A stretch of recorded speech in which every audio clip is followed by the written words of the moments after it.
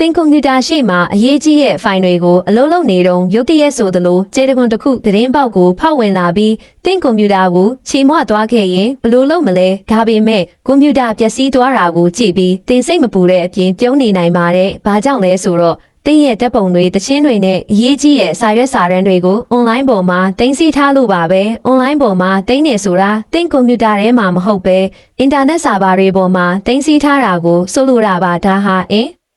ဒါနဲ့ရှိနေတဲ့၍အချိန်မရွေးဝင်ရောက်ကြည့်ရှုနိုင်တဲ့နောက်ထပ် hard drive တစ်ခုရှိနေတယ်လို့မျိုးပါပဲ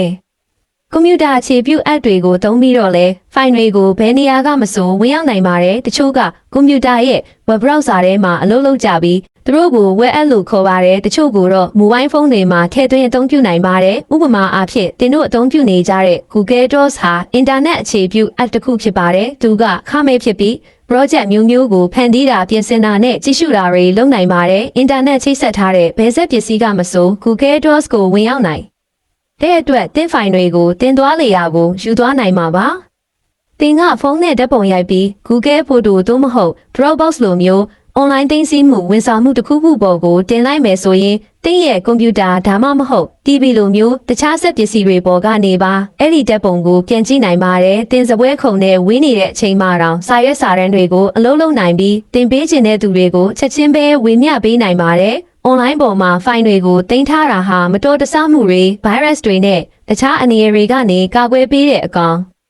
စုံနည်းလမ်းတစ်ခုပါတင်ကွန်ပျူတာတွေကအချက်လက်တွေကိုအရင်သိမ်းထားဖို့အတွက် iDrive သို့မဟုတ် Backblaze လိုမျိုးဝန်ဆောင်မှုတွေကိုသုံးနိုင်ပါတယ်။ဒီဝန်ဆောင်မှုတွေဟာအလိုလျောက်အမြဲတမ်းအရင်သိမ်းပေးနေမှာပါ။ဒါကြောင့်တင်ဖိုင်တွေရဲ့နောက်ဆုံးရပါရှင်းတွေကိုလုံခြုံတဲ့ online server တွေပေါ်မှာအမြဲရှိနေစေမှာပါ။တင်ကွန်ပျူတာမှာတစ်ခုခုဖြစ်ခဲ့ရ